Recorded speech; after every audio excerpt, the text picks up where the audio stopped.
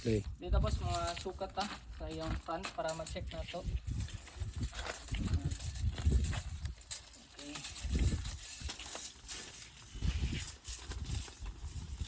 Dito sa panos kay 11 feet kasi to. Gani siya around 11 feet plus pala ni siya.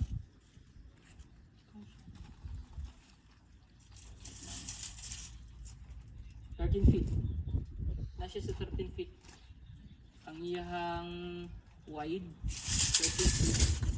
Tapos ang front, ang iyahang length niya gikan sa main door 13 feet. Naa sa 6 feet 75 no? 75 na 6 feet. Ang 6 feet is 72 man. So, just so 75 and 75 and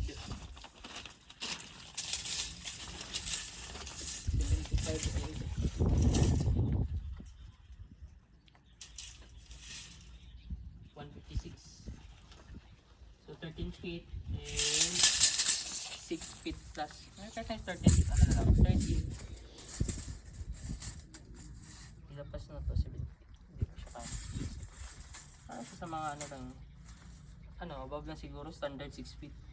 So 6 and 13. Dito. 6 and 13.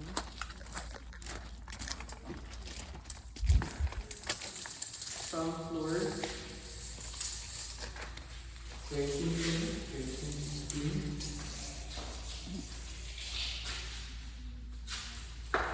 na 16. Sige, 1. Libre. 16. Tapakan nyo 1. Tapak.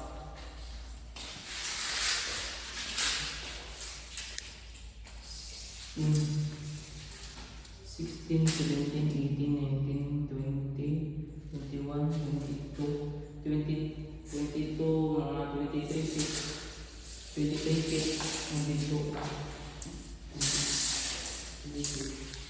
So, kato na lang to, 23. Then, dito sa round to. Check natin sa round.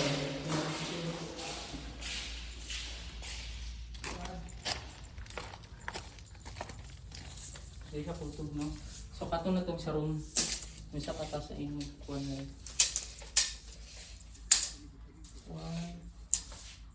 11 feet.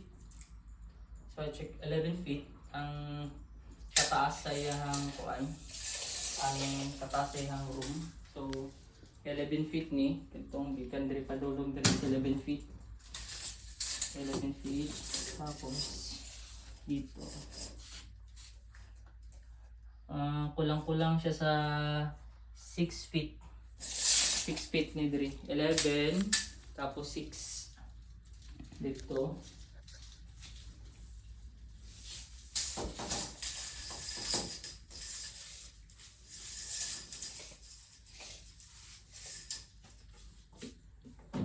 Same gihapon, 11 feet gihapon. 11 feet gihapon.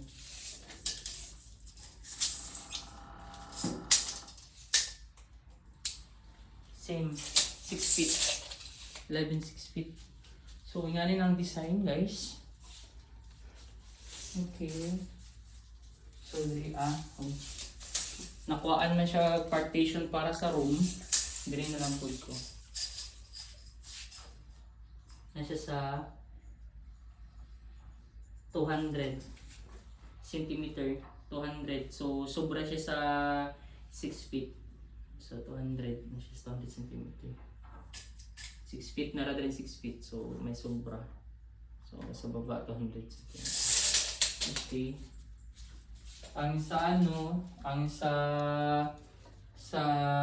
hugasan, sa kitchen, and the comfort room is anyway, gamay lang man ang kwan, you can maximize naman siguro.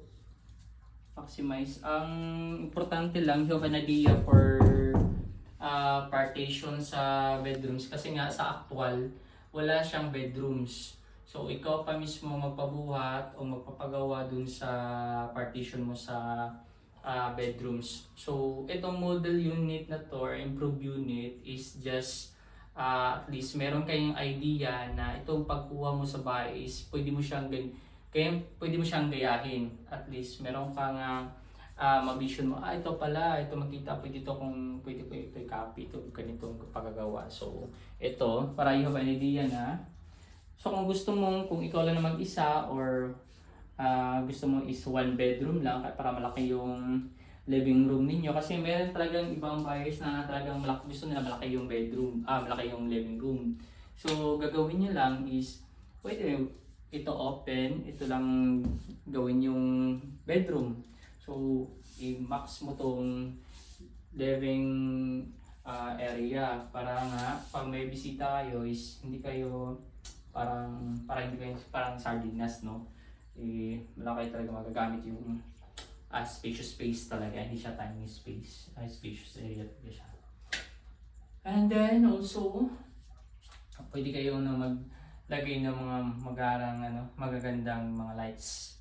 Meron available din sa Shopee or sa mga malalaking mga hardwares like City Hardware, marami din sila, mga glass, yung mga chandelier, whatsoever, yung mga dyan sa Davao, marami yan. Then the curtains, ito yung uso ngayon ito, ang uso ngayon, ginagamit. Ang iba is katong vines, no? Gumagamit sila ng vines, pero mas prefer kung pag ganito. Then also, have an art, or another, ginagamit sila ng mirror. Pwede rin maglagay dito ng ng another, para hindi hindi pagpasok mo, gumagamit yung makita yung table. Ang iba gumagamit ng design. Kung maglagay pa kayo ng parang bar counter, siguro pwede, pero sa minimal lang. Maganda yung yung itong gamit nila nito is tiles to. Maganda. Okay. Close na natin. So, see you in the next video.